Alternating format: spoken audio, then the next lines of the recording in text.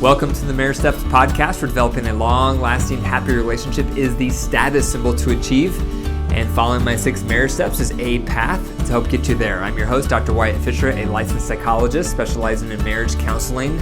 The Marriage Steps podcast is listener-supported, so to help keep it on the air so couples worldwide can receive hope for their marriage, please consider becoming a monthly supporter by going to patreon.com/marriage steps.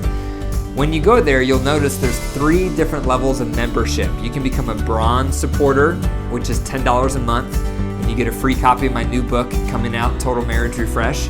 You can become a silver supporter, where you get a copy of my free book plus a free marriage tool of your choice. Or you can become a gold supporter, which is $30 a month, and with that, you get a free book, a free marriage tool, and 2 free tickets to my next marriage retreat. So consider checking it out and become a supporter of the program to help spread the program worldwide to help reduce the divorce rate. Also, I'm starting to go live on Facebook and Instagram on my accounts weekdays at 4 o'clock. So if you have questions you want to pick my brain on, log in at 4 o'clock Mountain Standard Time on my Facebook or Instagram account on weekdays. Okay, we're going to start with Q&A with the shrink. So question number 1. How to start working through resentments. How do I do this? I have lots of resentments towards my partner, and where do I begin? So I would say there's 2 different tools for working through resentments. It depends on if the behavior is still happening or if it's something in the past. Because sometimes we have resentments towards our partner for something they've done in the past, but they're no longer doing it. And if that's the case, you want to use the compassion chart. The compassion chart is a marriage tool on my website. You can go there and check it out. But basically what the compassion chart does is it helps you understand all the variables that went into your partner's hurtful behavior, which cultivates compassion. It doesn't mean they were 100% innocent, but it helps you to understand why they behaved the way that they did. And the more we have compassion, forgiveness becomes a byproduct. So be sure to check out the article on my blog on cultivating compassion, healing resentments, and it's also a marriage tool. Next question. How can I determine how much my past influences my reaction toward my partner? That's a really good question. So this would be considered a trigger. So a trigger is anytime something from your past is influencing how you're reacting to your partner. And most of us have triggers on some level. So for example, let's say growing up, you had an emotional wound because your dad never listened to you. And when you would speak, he'd be reading the newspaper, he was always working, he never really gave you attention. And lo and behold, now you're married and your husband doesn't give you much attention.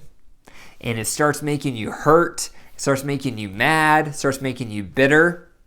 So how much is that your husband and how much is that a trigger from your past of feeling ignored from your father? It's probably a little bit of both. And so it's helpful to discern that because when we can understand it's not 100% our partner, I'm actually also getting triggered, it takes the blame off 100% pointing the finger at our spouse. That helps them not feel as attacked. If we can acknowledge this behavior you're having that's hurting me is not all you. It also stirs up stuff from my past. But that doesn't mean it's not your partner at all. It doesn't mean it's all your partner. It's somewhere in the middle. So one of the greatest ways to discern if you're getting triggered or if your past is influencing you is if your reaction seems stronger than what is warranted. So if you're having a really strong reaction to something your partner is doing or in one way, in some way that they've hurt you, you might want to check in with some trusted friends and ask them if they think you're overreacting. Because if you are overreacting, most likely you're getting triggered. Something in your past is getting activated, or a strong value from your past is getting violated. But something is happening to you which is making your emotions stronger than what is warranted for the current situation. So that's a great way to tell if your past is influencing your present reaction. Number 3, how can my partner and I learn to compromise? We have different values on different topics. How can we learn to meet in the middle? There's a tool for this that I teach called Bounce the Ball. So I would start with that tool, and basically Bounce the Ball is where you say your opinion and the value underneath your opinion and where that opinion comes from. We don't just arrive at our opinions nonchalantly. They're there for a reason. Probably because we've gone through a lot of things in our past, we've been exposed to a lot of things, we've cultivated a value system for a variety of factors, and it's led us to land at a different position or a certain position on a topic. And so we need to understand those backgrounds, the background between our partner's position and ours. So if you're on a topic with your partner and you're not seeing eye to eye, practice bouncing the ball. So all you do is you say your opinion and you explain where it comes from, the value behind it, the journey you've been on to land at that position. Then you bounce the ball by saying, what do you think? And then your partner gets a chance to do the same thing. They're going to explain their position and the values behind their position and where their position comes from. Then they're going to bounce the ball back to you and say, what do you think? And then at that point, things change because both partners have shared their position. And so then you want to start adjusting your position by a few degrees to honor your partner's position. So you come up with your new idea, you say it, and then you bounce the ball back by saying, what do you think? Then your partner does the same thing. They have to adjust their position by a few degrees to honor yours. They say their new position, and then they bounce the ball right back. What do you think? Now, if you get at an impasse, it can be really helpful to take a break because sometimes we need to mull over our partner's position. We need to mull over their values. We need to mull over how they feel about a certain topic while we do other activities. That's called unconscious decision making. So when we don't intentionally think about something, but instead we mull it over in the back of our mind while we do other activities, research shows that tends to lead to better decisions. And so do this with your partner. So the next time you have a difference in position, try to understand where they're coming from, what their viewpoint is, what their vantage point is, what their concerns are, and then take a break and do other things for a few days, or maybe at least a day, and just mull over their position in the back of your mind while you're doing other activities. Most likely, you'll come to a compromise. You'll have some ideas come to you that would be a win-win because you know what your position is. But what you need to become more mindful of is your partners and how to meet in the middle. Okay, so the message of the day is 5 steps to developing emotional safety in marriage. 5 steps. Step number 1 is understanding attachment. So if you have kids, you probably understand attachment. Maybe you've learned about attachment, maybe you haven't, but I'm sure you've experienced it on some level. We all have. So what attachment says, attachment theory, is that if you have a child and you tune in to the signals of the child sensitively and consistently, that child is going to develop a sense of trust that the world is a safe place, and vice versa. If you have a child and you ignore their signals, or you misread their signals, or you overwhelm them on some level, or you deprive them, that's going to lead to a sense of mistrust. They're not going to be able to trust you to meet their signals, to meet their needs. And they're going to develop a sense of mistrust in the world. So each of us have a different level of attachment growing up. And that leads to point number 2. We all enter marriage differently with different levels of trust. So some of us, we may have been raised with caregivers that did an amazing job tuning into us.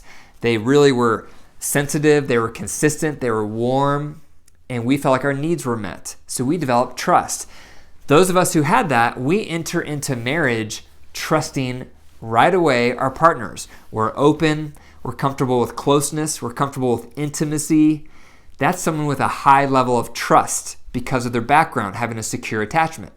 Others of us were raised in a home where we did not have a secure attachment. We did not have a caregiver tuning into our signals and meeting our needs and being warm. Instead, they were cold or abusive or neglectful. And so if that was our experience, we're going to enter into marriage with a low level of trust. We're going to already enter marriage being skeptical about our partner. Can we trust them? Are they going to hurt us? We may feel uncomfortable with closeness. We may feel uncomfortable with intimacy. So each of us has a different starting point with levels of trust that we enter into marriage. And that leads to point number 3. Marriage can make your attachment style better or worse. So regardless of where you enter into marriage, how you experience your partner is going to make your trust go up or down. So for example, let's say you enter marriage and you have a low trust level because of your history of having an insecure attachment. However, you're married to someone who's very loving and very warm, and they tune into your signals. And through that experience with them day in and day out, you learn to trust. You learn to attach. You learn to feel more secure. And so your trust level is going up, even though you had an insecure attachment in your background.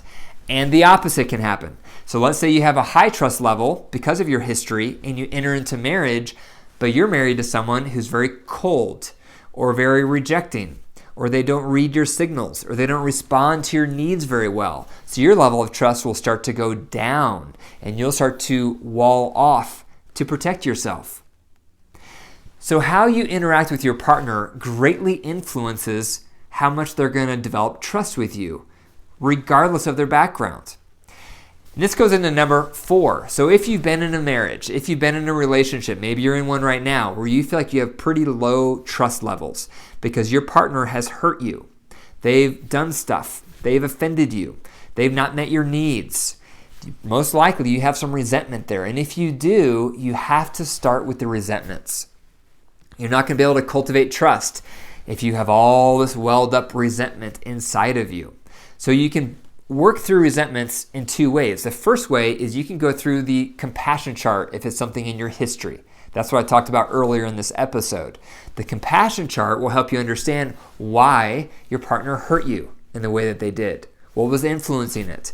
What about their history influenced it? What about their circumstances? What were you doing that may have influenced it? What about your past might be getting triggered? That will help you develop more compassion for why they hurt you. That will help you work through some resentments in the past. If it's something current your partner is doing, you have to use the Reunite tool. And that is a technique on my website. You can read the blog about it. It's Conflict Resolution, the Reunite tool. That's the title of the article. But it's all about how to bring up a complaint constructively, and if you're the listener, how to respond constructively.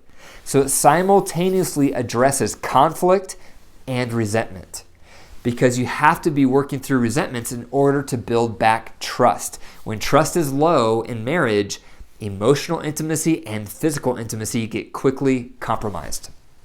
So that leads to the final step, which is number 5, which is responding to bids. So in marriage, we give bids. And the bids are our desire for a connection.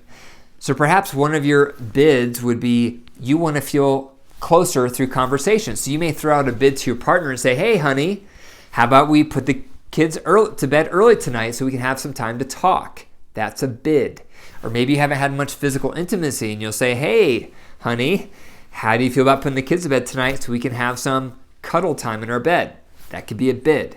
Or maybe you have a bid because you have a need for appreciation. So maybe you say, hey, honey, I'm not sure if you've noticed, but I've been working a lot of hours lately for us, for our family, and just didn't know if you noticed.